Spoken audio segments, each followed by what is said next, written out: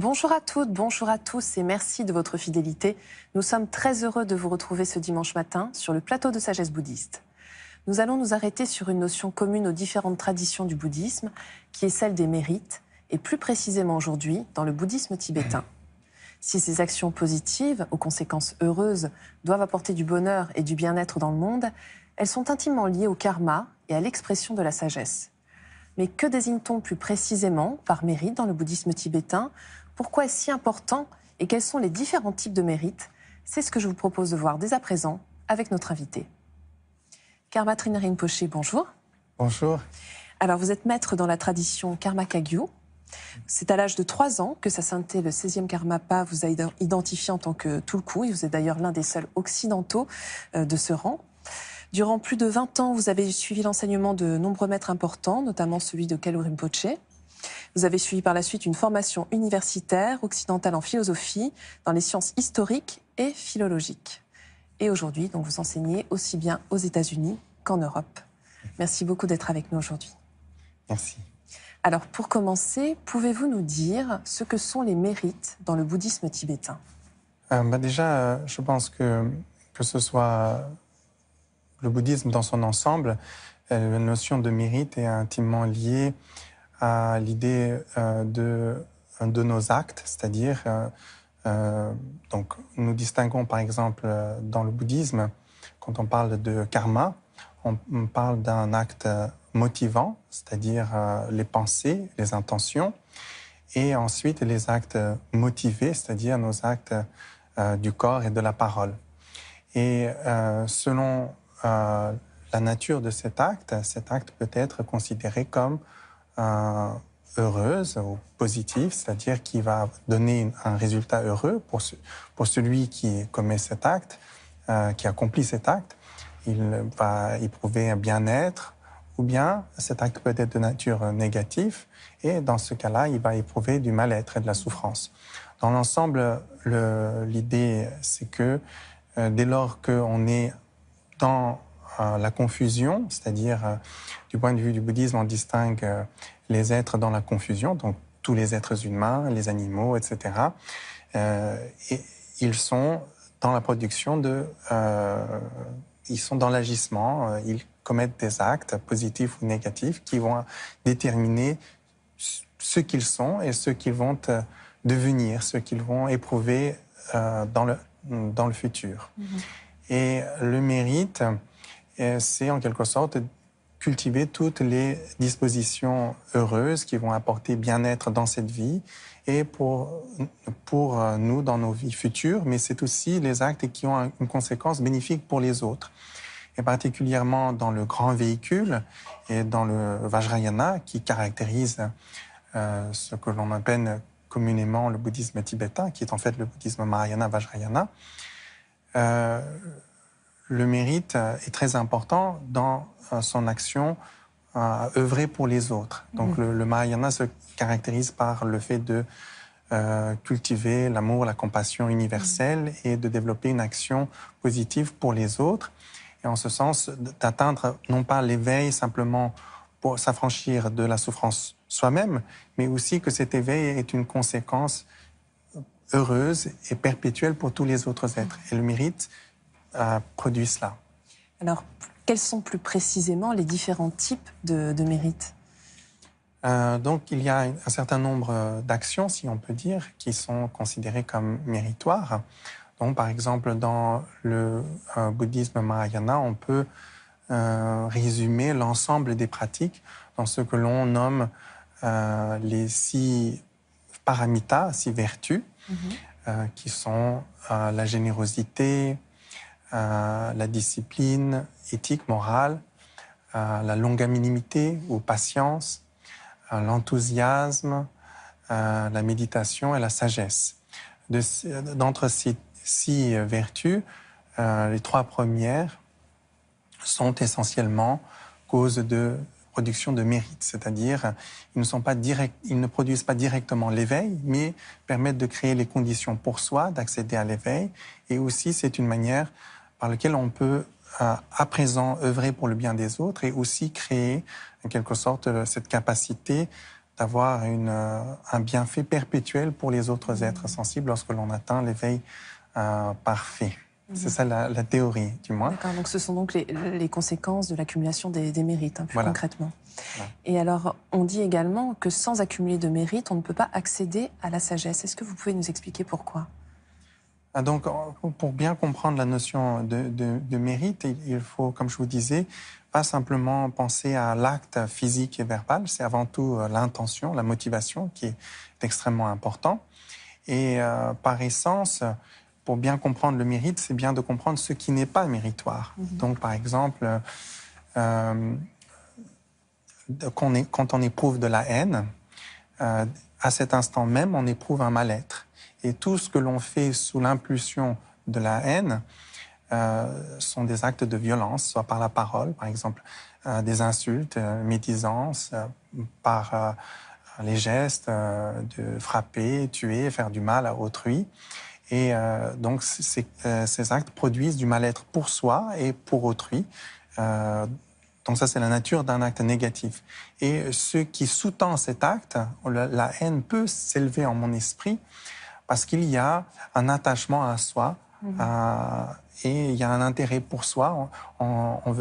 C'est par peur pour soi que l'on développe, par exemple, cette attitude négative, d'aversion, de haine, etc. C'est dans une sorte d'impulsion pour se protéger soi. Et il y a une autre impulsion, par exemple, pour soi, donc c'est l'envie, le désir, l'attachement. Donc tout cela aussi vient de l'idée, le sentiment de soi, de l'attachement à son ego, à sa personne. Et donc le mérite est en quelque sorte quelque chose qui va au contraire, c'est-à-dire dès lors qu'il y a une pensée positive, à ce moment-là, même on éprouve du bien-être et toutes les actions qui suivent sont heureuses, apportent un bien-être. Ainsi, par exemple, c'est les actes désintéressés, les actes d'amour, de compassion. Donc, c'est avant tout la motivation. Et donc, le lien, pour revenir à votre question avec la sagesse, c'est que en cultivant l'amour, la compassion, en fait, on cultive une attitude désintéressée, une attitude où on fait abnégation de soi, où on pense d'abord aux autres. C'est ça la compassion qui s'appuie sur l'affection pour les autres, comprend la souffrance des autres et peut agir pour le bien des autres, c'est la compassion. Et donc cet effort, en fait, de quelque part un peu changer cette habitude égoïste, nous amène en fait à un état libre d'ego. Et donc c'est cela qui est en lien avec la sagesse. La sagesse, c'est le dépassement de l'ego. Donc on peut dire en ce sens que cultiver ces attitudes vertueuses sont un effort d'exprimer des qualités innées de notre esprit qui ne sont pas entaché de l'ego. Donc c'est vraiment un couple indissociable, le mérite et la sagesse, les deux vont ensemble tout le temps. Sont liés. Ce que nous disons, c'est que si l'on cultive les mérites seuls, c'est-à-dire si on s'efforce à pratiquer la générosité, la discipline éthique, la longanimité, par exemple, cela n'est pas suffisant pour nous permettre d'atteindre l'éveil. Il faut que cette pratique soit associée à la sagesse. Donc, ce n'est pas comme si le mérite et la sagesse étaient deux choses séparées, c'est deux choses qui sont intimement liées. Aussi, par exemple, la pratique de la générosité ne peut être véritablement parfaite que s'il est associé à la sagesse. Donc, c'est-à-dire que, par exemple, on peut pratiquer la générosité, être généreux, mais faire cela pour que l'autre nous aime, ou bien faire cela parce que nous voulons être connus et respectés. Quand c'est intéressé. Donc là, c'est une générosité intéressée. Donc quand la générosité est vraiment désintéressée, c'est fait par une intention bénévole, voulant apporter un bien, voulant réellement sans aucun intérêt. Et cela est possible parce qu'on éprouve réellement de l'affection et de la compassion. Et dès lors, c'est cela la pratique de la générosité. Donc en fait, la vraie pratique de la générosité, ça se passe d'abord dans l'esprit, dans l'intention, et c'est cette intention qui permet de pouvoir l'exprimer ensuite en acte. Alors, en préparant cette émission, vous parliez de quelque chose que je trouvais très intéressant, Oui. c'était la valeur de l'exemplarité qui rejoint justement ces fameux mérites. Voilà, donc l'idée, c'est que, bon, tant que l'on n'a pas atteint l'éveil, on est susceptible d'éprouver le mal-être, et un mal-être très important, douleur et souffrance. Mais pour pouvoir s'en affranchir, il nous faut donc cultiver le mérite et la sagesse. Alors maintenant vient l'idée, cela peut paraître un peu égoïste, c'est-à-dire on fait cela pour soi. Donc vient ici la question de comment est-ce que l'on œuvre pour les autres. Donc, on peut très bien dire, bon, je vais faire quelque chose pour les autres, je vais donner aux autres, etc. Et c'est cela l'activité altruiste. Mais l'on considère en quelque sorte que si l'on ne développe pas soi-même une réelle affection, une réelle compassion, et que notre générosité n'est pas véritablement désintéressée, par exemple, alors notre capacité vraiment à aider l'autre est très limitée. Puisque aussi, on ne peut pas, comment dirais-je, atteindre l'éveil à la place de l'autre. Si j'atteins l'éveil, ça ne bénéficie pas l'autre. Donc il faut pouvoir inspirer l'autre pour que l'autre puisse aussi parfaire ce chemin et développer des mérites. Donc la chose qui permet de développer le plus de mérites de façon très puissante, c'est d'éprouver une réelle affection, une réelle compassion, car c'est à ce moment-là que le sentiment désintérêt, d'abnégation s'exprime. Et cela, chacun d'entre nous est capable d'exprimer cela.